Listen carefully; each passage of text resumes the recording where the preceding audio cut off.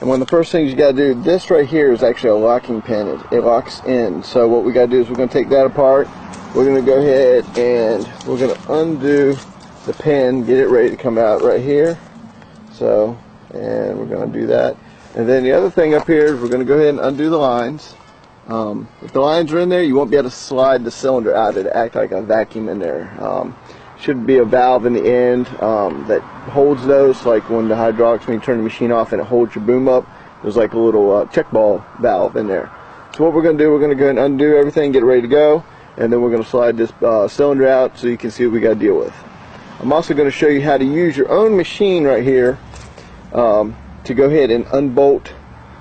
There's a big giant nut at the very end of the shaft right here, and that's what holds everything in, your packing, your seals and all that stuff. So you have to take that off to get all these pieces off. So we're going to go and take that apart, and let me get this broke down some so you can see what we got to do. Alright, this is what I was telling you about. What I did was I just simply take a decent pipe and I put it through where the actual pin would go. And then what we did was we used a pipe wrench. First we got this free, which I had to take out. This is like a retainer right here. It clips in to hold the threads so you can't just, so it don't come undone. And then what we did was we used an 8-foot piece of 2-inch pipe, and we put it on the pipe wrench. And that the first thing we broke free was the cap. And this is where we're leaking.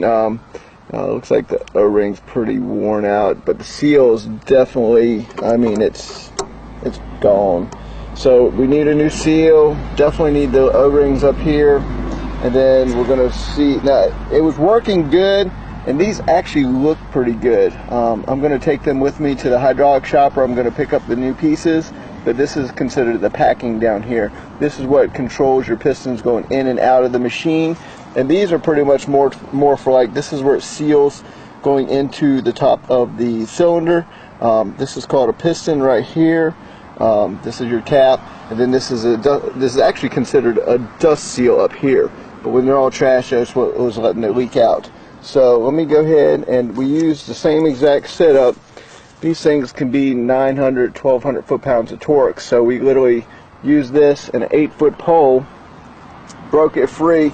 So now that it's all broke down, what we'll do is, and we had the cylinder up in the exact same thing. So it was up in the top right there. That's how we used it to break it free. So I'm going to get the rest of this off, break it down, and then when I get it on the workbench, I'll show you what it looks like going back together, and then we'll reassemble it. And that's pretty much, that's what it is. That's all it is, repacking your cylinder. Alright guys, I got this right here out. They call this the bladder. So the bladder's out so I can change out the seals on the inside. So we have a wiper and a dust seal, which, I call it a wiper, but it's a dust seal. That's the first one that goes in, which is this guy right here. Then you're going to have a buffer, which the buffer is this one right here. They're like they're like for the backup secondary pressures and stuff like that. They call the poly this one, and that's the one further down, this guy right in this groove down here. So like I said, they call this the gland, and we're going to go ahead and rebuild the gland. Now the piston itself is in pretty good shape. This is the actual piston. So now this is your bottom part right here. They call this a piston.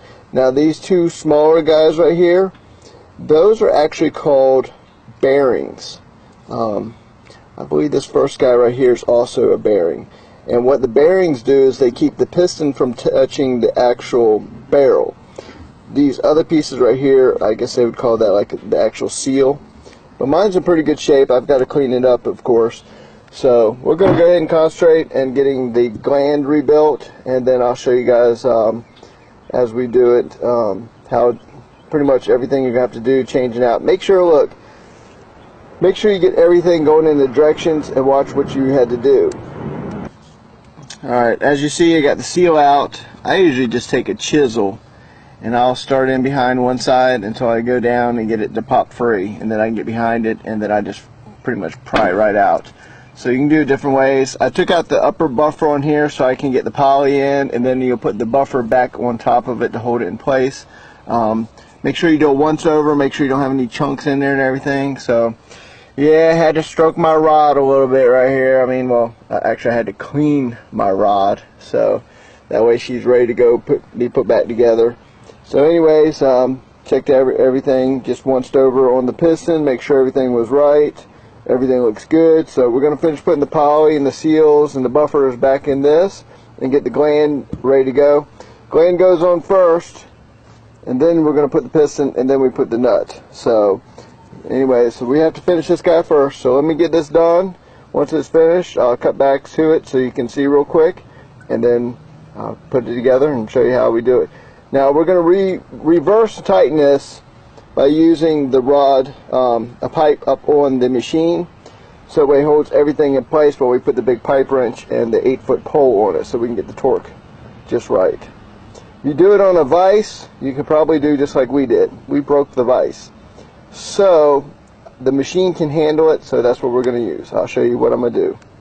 Alright, we're back at the machine, and what we went ahead and did was we ran the pin, actually a pipe through the end where the pin would go, and we put the pipe wrench. A lot of times when you get something too big and you don't have the socket size, we use a pipe wrench and a pipe, and we use that to torque it down. And now this one we got a 3-foot pipe on it with a 2-foot pipe wrench.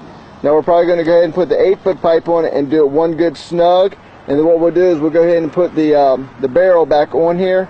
But this is pretty much what we do when we're in the field doing the job. Save yourself a ton of money compared to getting the company like here Caterpillar to come out and do this, or getting a hydraulic cylinder place to come out and repair it on site. So we're doing it ourselves. And let me go ahead and get the barrel out and get this torqued down, and then I'll show you the next step.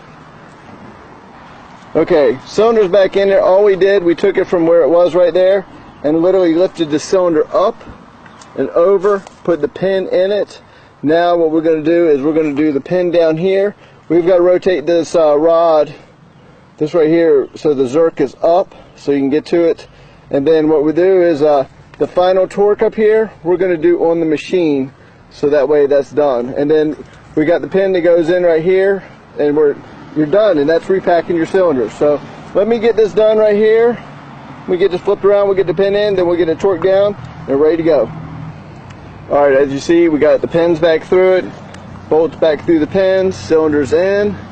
This is pretty much how we do that. We just take a pipe wrench and tighten the bladder in, and then there's a retaining clip, and as soon as that's done, the retaining clip will go back in, and we've already hooked up the line. So next step is putting some hydraulic fluid in it and firing it up and test it out. But that is how to repack your cylinder.